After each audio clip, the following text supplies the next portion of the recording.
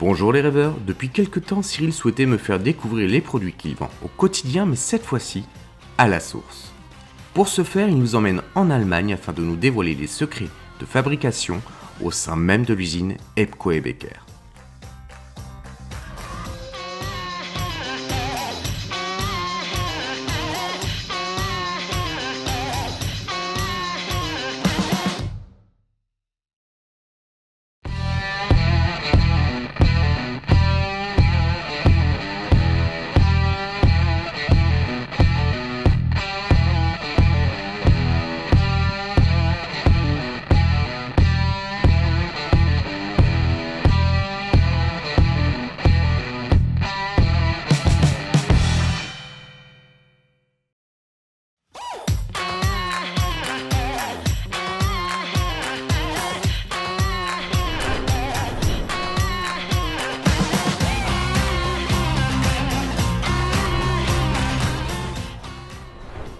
Allez, plus de temps à perdre, on retrouve tout de suite Cyril et Daniel directement dans le showroom.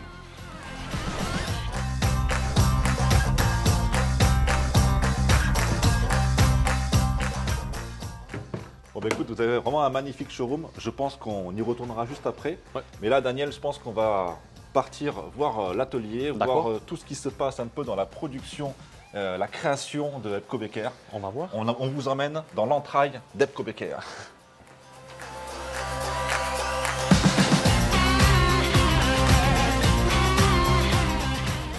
Alors Daniel, là on se retrouve au bureau d'études, donc c'est ici que tout part. On imagine un petit peu, dès que les motos rentrent, les pièces que vous allez pouvoir réaliser sur cette moto. Donc là on voit qu'il y a par exemple un sabot qui est en train d'être réalisé. C'est vraiment la première étape avant de pouvoir aller les tester en grandeur nature juste à côté. Je pense qu'on va aller faire un petit tour, on vous emmène. On y va. Et en parlant de nouveauté, ça c'est la machine. Une magnifique moto. Ça c'est ma machine toute dernière privée. Génération. Ça c'est ma machine privée. Regardez-moi ça. C'est pas magnifique ça? Très confortable. J'adore la selle. Parfaite. Donc ça c'est pas tester notre Anorak ou les valises dans le Cibos système. En effet, cette machine de guerre est exploitée afin de tester sur une longue période les vibrations et les résultats occasionnés sur les systèmes de fixation.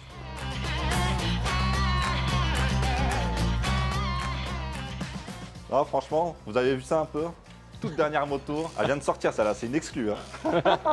Le temps de faire une caresse rapide à l'employé du mois, pas de temps à perdre, on continue tout de suite la visite. Ici nous avons cette moto nouveau, la V7 de Moto Guzzi. C'est la toute dernière V7 Stone qui va sortir, donc c'est les tout nouveaux produits qui ont été, on a vu du coup la version 3D, donc là c'est la version qui a été mise au point, et donc là on peut voir donc, que c'est la toute dernière Moto Guzzi. On a les supports valises, support top case, les parcs arrière, la béquille centrale, on a les Twin Nights, j'ai vu qu'il y avait la grille aussi, donc ça c'est vraiment tous les prototypes qui vont, enfin, une fois que le gabarit a été créé, après on crée tout, puis après du coup ça part en production. Ça part en photo aussi pour faire les outils de montage. J'ai vu qu'hier, la moto était partie pour faire les photos. C'est vraiment impressionnant de pouvoir voir ça aussi en vrai, de pouvoir voir vraiment la création de tous ces produits. En gros, là, on est sur donc le moule. Donc là, une fois que tout est bien créé, donc il est mis dans cette position. Et après, on pourra faire des soudures pour voir vraiment si le produit est bien conforme à ce qu'on souhaite. Et l'avantage qu'il y a de ce produit-là, c'est que si un jour, on a quelque chose qui a du mal à se monter ou qui a un problème de réclamation, grâce à cette machine, on peut repositionner le produit dessus pour voir si par hasard il y aurait quelque chose qui aurait bougé. Ce qui est important de bien garder ces produits en fait en interne. Donc voilà, donc c'est vraiment là où on a des parcs arrière, donc on peut avoir exactement ce même gabarit pour que ce soit des Twin Lights, que ce soit des parcs arrière, que ce soit des supports valises. Chaque moto et chaque support a son moule spécifique. C'est ça. Et vous gardez ça dans une caisse en bois numérotée qu'on va aller voir juste après. Allez, on vous amène. Sur la route, nous allons rencontrer le chef d'exploitation. Autant dire que sans lui, rien ne pourrait se faire. C'est lui qui gère vraiment tout le planning de tous les employés sur la journée, sur tous les projets qu'il y a à faire dans la journée. C'est lui qui redispatche un peu toutes les tâches pour gérer la journée de chaque employé, quoi, tout simplement. Guten Morgen, dürfen wir eintreten? Alors, ça c'est le programme pour le planning. Ok. Donc là, vous avez tous les employés qui sont référencés. Et on sait que pour chaque employé, pour chaque jour, on a des tâches à respecter. Par exemple, quand moi je vous envoie des commandes pour des kits moto-école, par exemple au BMW où il y a 150 kits, Ouais. On sait que telle personne va faire les kits au fur et à mesure, la soudure, la peinture, tout ça, tout est vraiment réglé. Tout est vraiment réglé ici. Donc, Da hast du einen ausgedruckten Auftrag, die hängt draußen. Ne? bon, du coup, là, tu vas me montrer un petit peu comment se passe une création de commande. Production, ouais. Donc, Alors ici, travailler pour voir quel est le travail pour faire. d'accord. C'est quoi, c'est journalier ou c'est par semaine? C'est comment ça se passe? C'est pour tous les jours. Tous les jours. Tous les Donc jours. là, on voit qu'à peu près qu'il y a 17 commandes pour ça, 18 pour ça, 17 pour ça. Ouais. Donc les employés récupèrent les commandes de la journée et ensuite ils prennent ça et ils vont chercher la matière première pour la moto. Pour créer du coup la pièce de la journée, quoi. Ouais. On peut voir par exemple les modèles qui sont là. D'accord. Donc là, Et on tous les retrouve produits. les moules, on Les disait moules. tout à l'heure, ces fameux moules qui permettent de créer tous les produits. Donc grâce à ça, après, donc, ils prennent ces moules, ils prennent tout ce qui est la matière première. Ouais. Donc on voit donc, du coup toutes les gammes alu pour faire tous les parcs artères, tout ce qui existe. Et ensuite, une fois qu'ils ont le moule et la matière première, ils vont créer le produit, Les produits. dans la machinerie derrière. Enfin, Ouais. tout ce qui est la partie usinée en fait. Ouais. Donc là, on peut voir du coup que les produits commencent à arriver. Voilà. Donc là, je pense qu'on va aller voir maintenant les gens qui vont travailler pour créer tous ces produits avec différentes machines qu'on va aller voir ensemble. Ouais, on peut voir. Et l'avantage qu'il y a, c'est qu'encore une fois, comme on le disait tout à l'heure, c'est que vous avez gardé toutes les anciennes machines des années 70 Pour les modèles anciens. pour les anciens modèles, ce qui est important. Et on a toute une partie aussi un peu plus nouvelle génération et des nouveaux modèles. On a aussi des nouveaux machines ici, par exemple. Par quoi tu veux commencer, Daniel? Tu veux qu'on commence par quoi là? Normalement, les tubes sont Coupé. Alors où est-ce que ça Après, se passe ça? Coupé, c'est ici. Alors ici, on peut couper tous les tubes de métal, D'accord. ici et ici. Donc là, ici, on commence par couper déjà les Couper. produits Ouais. à la bonne taille. Mhm. Donc tout est positionné après quelque part. Ça, c'est le surplus du Ça, coup. c'est tout. Ok. Ouais. Et ensuite, une fois que ça c'est découpé, on passe vraiment à la production, quoi. La production qui commence avec le plié, Le pliage, d'accord. le pliage du tube. Le pliage qui est juste là, on avait regardé là. Est ici. Ok, mais ça c'est une machine pour la Ça, pliage. c'est le pliage donc des tubes. Ouais. Et là, on a une machine qui permet de plier tout ce qui est partie un petit peu plus plate. Ouais. Tout ce qui est mini rack comme ça. Pour Donc exemple, là, on part pour- d'une pièce qui est vraiment qui est sortie du coup découpée. Et après, on va la plier d'une façon à ce qu'on ait la forme finale, quoi. Ouais. Et je pense que ça c'est pour une sport track. D'accord. Au fur et à mesure, en fait, l'employé du coup positionne les produits et la machine va plier au fur et à mesure la pièce. Ouais. Et depuis, comme tu peux voir, Et ensuite, elle est quand même testée à chaque fois. Il y a vraiment un test à chaque fois ou comment ça se passe? ça c'est le test s'il marche avec la matrice. D'accord. Donc effectivement, une fois que le produit est positionné sur le moule et que tout correspond bien, il est positionné de côté pour continuer du coup la production, quoi. Comme ça. Comme tu peux voir, nous avons beaucoup de machines et quelques machines a une travaux spéciaux. Spécial. Hein? D'accord, d'accord. Donc ça, c'est la création quoi, des racks qui se mettent au niveau du support top case, c'est ça? Ça c'est plus d'une top case, ouais. C'est ça, ouais. Donc la personne, elle crée du coup toutes ces formes toute la journée et après, donc du coup, ils viennent les souder sur le support top case, quoi, Ouais. le rack arrière. D'accord. En fait, on voit vraiment que les machines ont un certain âge. Ça a un certain âge, ouais, ouais. Ce sont des dinosaures. Dinosaure. Une autre nouvelle machine que nous avons ici, c'est pour faire notre adapteur C'est l'adapteur pour les crash pads. pour c'est le ça? crash pad ou pour autre chose, par exemple comme ça. Et elle travaille très précis. Donc la machine, toute la journée, elle crée ses pièces pour mettre sur les crash pads. Pour le crash pad ou autre pièce pour adapter quelque chose, pour adapter deux tubes par exemple. D'accord. Ok. Donc la machine, effectivement, elle découpe et au fur et à mesure, viens voir, regarde. La machine, elle découpe et ensuite tout tombe ici directement. On a juste à récupérer les pièces. Et après, la production, elle continue quoi.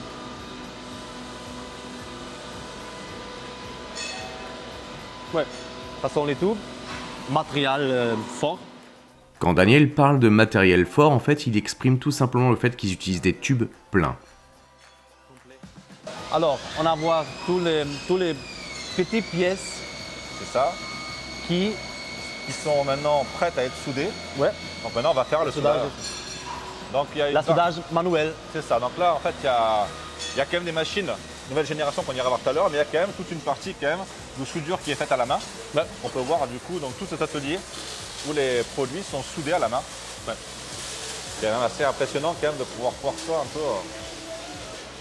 Par exemple, ça c'est une porte pour les valises. Un support de valise, effectivement. Ouais. Ouais. Donc, vous passez à peu près combien de produits par jour sur cet atelier? Peut-être 500. 500 produits. D'accord. Et vous avez combien de soudeurs? Nous avons 8 soudeurs. 8 soudeurs, d'accord. 8 soudeurs ici et la machine de soudeuse. En plus, oui, effectivement. Ouais. Donc là, effectivement, on peut voir qu'on a tous les produits qui sont déjà soudés ici. Ouais. Et une fois que le produit est et on peut voir ici, fini, par exemple. Après, le produit part du coup en peinture, c'est ça? Ouais. Ouais. Depuis, on va contrôler toutes les soudures. D'accord, ok. Et on peut... Donc là, on voit que le produit n'a pas été soudé encore. Il est brut. Ouais. Et après, le but, c'est d'arriver à quelque chose comme ça, qui est complètement soudé. Et après, on passe en version finition pour vraiment bien propre, bien et préparer le produit pour mettre la peinture après dessus, quoi. C'est comme ça. Et on peut voir les contrôles. D'accord. À la chambre. Donc après, effectivement, tous les produits sont contrôlés dans cette pièce. À cette pièce ici. D'accord.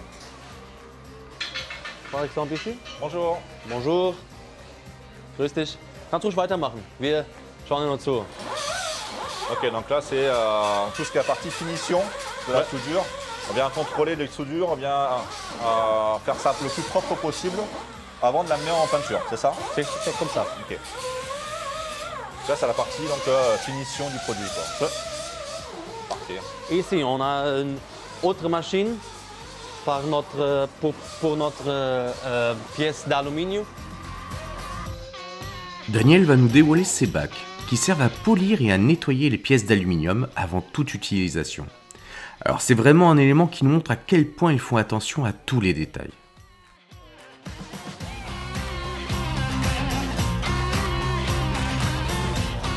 D'accord. Okay, donc là la machine elle tourne? Elle tourne avec l'eau. D'accord. Et depuis pour dry. Ça permet de lisser en fait vraiment le produit pour qu'il soit le plus propre possible. Ouais. Bon, du coup, on vient de voir donc, toute la partie un peu production. Ouais. Là, il y a quelque chose qui m'intéresse beaucoup, c'est toute la partie production, mais plus les valises, valises et top case en aluminium. Et la partie un peu cuir qu'on y voit tout à l'heure. Donc là, on est vraiment dans la production des valises Explorer. Ouais. Donc on peut voir effectivement que tout est fait à la main avec toute la partie jointage. Les joints sont faits comme ça. Ils positionnent tout et ensuite, une fois que tout est fait, on a quelqu'un qui vient mettre dans l'eau pour être sûr que l'eau ne rentre pas dans la valise ou le top case. Et après, c'est très important. Et poser là-bas pour la partie finition, pour insérer les rivets, pour insérer les serrures, pour finir du coup le produit, avant de le mettre dans son carton et être prêt à être expédié. C'est comme ça. Très bien. Là, vous en créez à peu près combien par jour des top case ou valises? Wie viel Koffer machen wir da am Tag? Wie viele Leute? Ja, wie viel machen wir? 1, 10, 2, 20, 3, 13. Ok. Alors 30 à 50. Donc entre 30 et 50 par jour? Par jour, ouais. Un mélange entre valise et top case. Hein. Ou ici, c'est que les top case? Im Verhältnis Koffer und Top Case, c'est la même chose. Pareil, ok.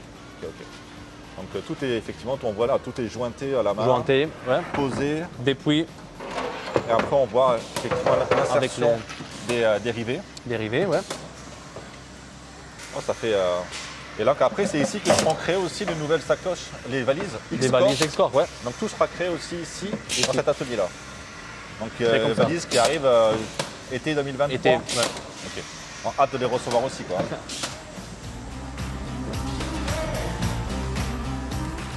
Et donc là, après, donc là, on a vu toute la partie aluminium. Ouais. Il y a quelque chose qui est très important aussi, c'est toute la partie cibo. Ouais. Et la partie cuir, de cuir, de chez Kobeker, qui est quand même un marché qui est très important chez nous, en France aussi quand même. Ouais. On en vend beaucoup, surtout les motos un peu vintage. D'ailleurs, on en voit un petit peu là-bas dans le stock. Ce sont les Toute la partie Buffalo, Buffalo, la partie Liberty, tout le... C'est pour la France, en tout cas, le marché français, le monde du monde vintage revient à la mode.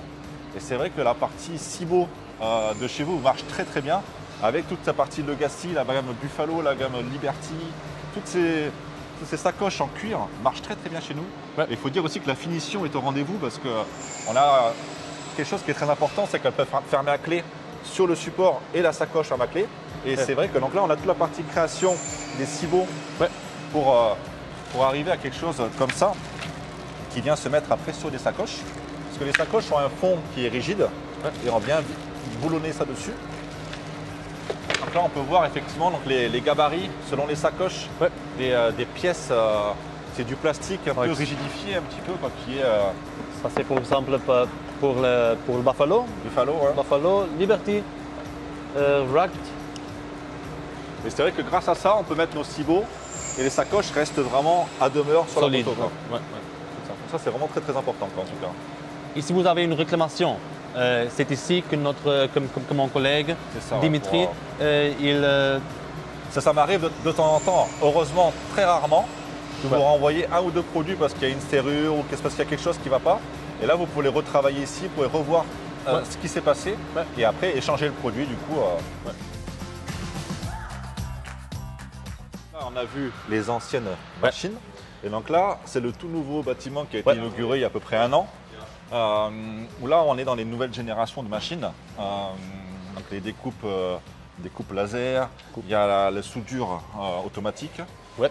Donc là, j'ai hâte de voir ça. Donc voilà, donc là, c'est le nouveau hangar. Tout Et ça, propre. c'est spécial pour les modèles nouveaux. Alors, ok. on a besoin de beaucoup de pièces. Plus d'espace du coup. Ouais. Donc là, Et spécial aussi pour notre inox. d'accord, ok. Donc là, en gros, le but, c'est que tu as tous les tubes qui sont au bout. Ouais. Donc les tubes, donc, ils sont rangés par taille de produits. Ouais. Et ensuite, on les met dans cette machine. Ouais, ça c'est le coupeur. C'est celle qui permet de découper tous les tubes. Et une fois que les tubes sont coupés là-dedans, on arrive après. Donc on a la même machine que tout à l'heure, mais pour les plier. Pour les plier, ouais. Et après, au lieu d'avoir des personnes qui vont souder manuellement, on a cette magnifique machine qui permet de. C'est un espèce de robot. Ouais. C'est assez incroyable à le voir d'ailleurs soudé. On peut voir. On peut le voir, ouais. On peut le voir. Donc là, effectivement, on peut voir qu'ils mettent en place donc la partie tubulure qui a été pliée et découpée. Ouais. Donc on peut voir d'ailleurs toutes les pièces. Les découpes, comme on disait tout à l'heure, au laser, qui sont quand même assez impressionnantes. Il n'y a pas 1 mm qui dépasse. Et une fois que ça c'est fait, on vient le mettre. On vient le positionner du coup sur la machine, enfin sur le moule. Et du coup, là, on peut aller voir que la machine va se mettre en place et va venir souder. Viens ici. Voilà, donc du coup, on voit la machine là qui soude au fur et à mesure. Des deux côtés, hein. C'est ça. Côtés. Et depuis, tu peux voir que les soudures sont parfaites. C'est ça, ouais, effectivement, on voit que tout est parfait. Tout est chaud, non? Il n'est pas chaud? Ce qui est impressionnant, c'est quand on voit le produit qui sort, il y a encore tout qui fume dessus. Ouais. C'est assez impressionnant quand même. Donc là, voilà, donc là, on a fini cette partie-là, donc en partie création. Et après, donc il y a la partie, ça part en peinture aussi du coup après, c'est ça? La peinture, c'est n'est pas ici, oui, c'est dans notre local. Notre local. Et depuis, tous les produits vont dans le stock. D'accord, donc tout part après en stock, prêt à partir après référencé. Ouais. avec le kit visserie qui va avec. Ouais. Et puis après, ben, on met tout en stock et tout est, une fois qu'on commande les produits, tout arrive directement. Jetzt nicht direkt, aber. Ja, klar, ist egal. Egal. Gut, super, dann später, danke. Wir kommen noch vorbei. Ja, danke dir. Dieter va préparer le coupeur laser pour faire une pièce spéciale pour vous. Ah, ça c'est bien ça. Hâte de voir ça alors du coup. Mais il a besoin de 10 minutes pour préparer. Et... Bon, donc là on a vu que tout était donc maintenant créé. Ouais. Et maintenant, il y a quand même quelque chose qui vous prend quand même beaucoup de place chez vous, c'est le stock. Le stock, donc ouais. Là, on a donc du coup tout ce qui est rangement des valises, tout ce qui est rangement des supports, tout ce qui est le rangement aussi, on l'a vu, des moules. Ouais. Que vous rangez dans des caisses, donc ça vous prend quand même beaucoup de place. On peut voir qu'il y a des rangées entières de stock. Ouais. Tout est référencé. Ouais. Je suppose qu'il doit y avoir un travail incroyable sur l'inventaire en fin d'année. Oh ouais, on va commencer aujourd'hui aussi. Ouais, ouais. On peut voir tous les matrices, tous les moules. C'est ça, les moules qui sont référencés du coup par hall. Alors nous avons produit pour plus de 1000 modèles de motos et tu peux voir ouais, chacun c'est un modèle. Et donc là après effectivement une fois que ça, une fois qu'il y a les commandes, les personnes viennent récupérer les produits dans la commande, ouais. Récupérer le kit de visserie ouais. Et là on a toute la partie expédition où les gens créent les colis. Et après, ça arrive chez moi. Ouais. Pour que je puisse moi le renvoyer à mes clients. Là, c'est impressionnant parce qu'on voit du coup tout est prêt à partir là. Ouais. Donc tu as les portes qui s'ouvrent et tu as UPS qui vient récupérer les colis ici pour les amener du coup dans. Donc on voit du coup toutes les étiquettes prêtes à partir chez les clients. Chez les clients et tout le monde. Dans le monde entier, effectivement. Dans le monde entier, ouais. Là, le Chili par exemple. Là, India. India, là un peu de. Bonjour. Et ça c'est Marcel. Marcel, ça va? Bonjour. Donc effectivement, on voit qu'il y a vraiment beaucoup de gens qui travaillent. Ouais. Vous êtes à peu près combien à travailler dans l'usine 75. 75. D'accord. Avec tout, hein, le bureau, la production, le stock. Okay, donc tous les gens, vous avez à peu près 75, ça. Est-ce que vous avez des moments où vous avez un peu plus de rush, vous embauchez quelques personnes pour vous aider un peu de temps en temps, pour augmenter un peu le… Non, tous les travailleurs sont effectivement avec Hepco Becker. Ah, ça fait quand même un beau staff. Ouais, ça c'est bon. Puis l'avantage qu'il y a, c'est que ça reste une entreprise familiale. On en parlait hier encore. Et on ressent vraiment cet esprit de famille et que j'aime beaucoup. Ça c'est très important et pour nous. On ressent vraiment, même quand on vient vous voir à Milan, à l'ECMA, même quand on vient vous voir ici, on est accueillis vraiment comme si on faisait partie de la famille. Ouais. Je trouve ça vraiment très agréable. Donc c'est très sympa en tout cas. Allez, ce n'est pas terminé, il est temps de parler un peu de l'histoire d'Hepco et Becker. On vient de faire un peu le tour de toute l'usine. Ouais. Mais ce qui est vraiment important chez Hepco Becker, on en a parlé encore tout à l'heure, c'est tout ce le côté un peu famille. Je pense que c'est important que tu nous réexpliques un petit peu l'histoire d'Hepco Becker, parce qu'on a des motos qui sont iconiques, que nous on connaît un petit peu, mais chez vous, pour nous c'est quelque chose de très particulier. Très particulier. Je pense qu'il y a un panneau là-bas qui explique un peu l'histoire. Cette moto en fait partie, cette moto en fait partie. Je pense que ça serait peut-être intéressant que tu nous réexpliques un petit peu des dates importantes d'Hepco Becker. Ouais. Donc, comment ça a commencé en fait? Alors, Hepco Becker n'est pas Hepco Becker à la base. À la base. La base, c'est l'entreprise Franz Becker. Ça, c'est Franz Becker. Franz Becker ici, ouais. Et Franz Becker, en 1973, donc, il a créé le système de graissage de chaîne automatique qu'on peut voir sur ces deux motos. On peut voir, par exemple, ici. Donc, ce système, en fait, permettait de graisser la chaîne en version automatique. Et parce que les chaînes anciennes ne tenaient pas. Ouais. D'accord. Donc, lui, il avait créé ce système-là. Ouais. Donc, et ce que j'ai compris, c'est que Paul Erhardt était, donc le grand patron qu'on a ici, était son apprenti. L'apprenti de Franz Becker, oui. Ouais. Et malheureusement, Franz Becker, 1976. Donc 3 ans après, est décédé en moto. Est décédé en moto. Okay. Malheureusement. Et la femme de Franz Becker n'a pas d'idée de faire quelque chose avec les produits. D'accord. Donc elle a demandé à Paul de continuer. Ouais. Et Paul a continué et commencé à faire quelque chose avec le produit et avec les motos, la grande passion d'elle. D'accord. En 1978, il a commencé à faire des valises. Mais plus pour le voyage. Pour les voyages, ouais. Et les valises qu'il a achetées d'une autre entreprise, il a acheté entreprise l'autre entreprise de Stuttgart, l'entreprise Hepting. Et en 1980, il a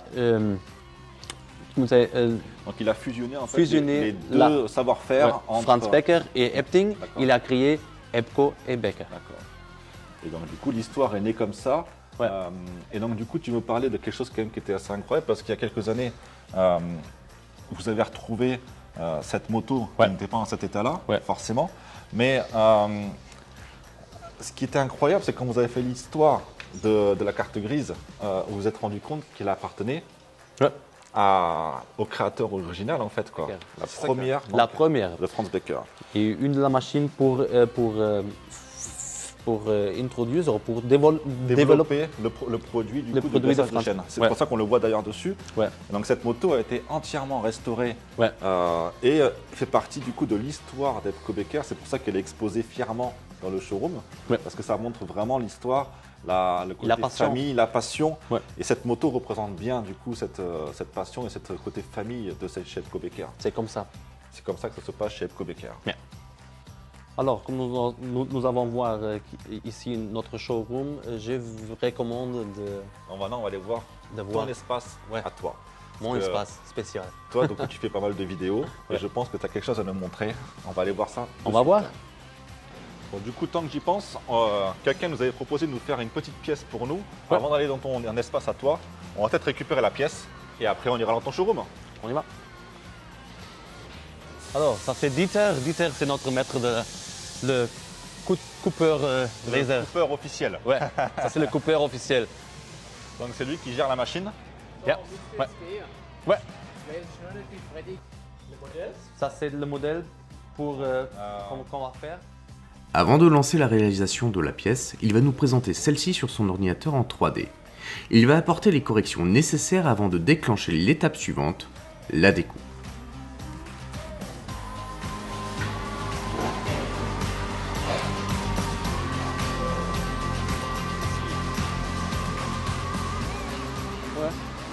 Et ensuite, on va voir du coup donc, le laser, une fois que la partie a bien été prise. On va voir comme la simulation tout à l'heure. Le laser va commencer à découper du coup le produit. Et alors, on peut voir que la machine fait beaucoup de travail, des coupages différents. Il y a des possibilités, effectivement. On peut vraiment biseauter, on peut couper, on peut graver. Et ça, c'est très, très important pour adapter deux tubes, par exemple. Ouais, c'est assez impressionnant quand même, effectivement. Non, on voit, il y a marqué Epco Becker gravé dessus. C'est ce qu'ils mettent sur les parcs artères des fois. Allez, il est temps de quitter le nouvel hangar pour découvrir le lieu de création de Daniel, son fameux studio.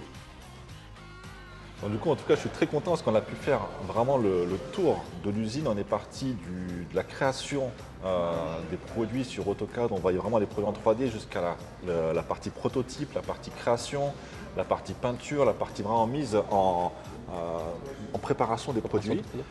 On est arrivé après dans la partie photo, où on met les produits marketing sur tout ce qui est catalogue, tout ce qui est site internet. Et ensuite, on arrive un peu dans ton espace à toi, où on peut mettre vraiment les produits en valeur en vidéo. Ce qui donne un peu aux clients l'envie d'acheter, de découvrir les produits aussi en vidéo, parce que c'est super important de le voir en vidéo. Et puis du coup, après, c'est grâce à ça, après, les clients peuvent commander les produits. Donc chez FSA, Freddy Speedway Accessories, l'importateur France Epco Becker. Et vraiment, Daniel, je te remercie vraiment pour tout, pour ta bonne humeur, pour toute l'ambiance que tu nous avais fait ressortir un petit peu de cette usine. Avec plaisir. Le côté familial. Et puis écoute, je te souhaite beaucoup de bonne continuité pour tout ça. Et on se retrouve très bientôt. Allez, à bientôt. Merci à moi.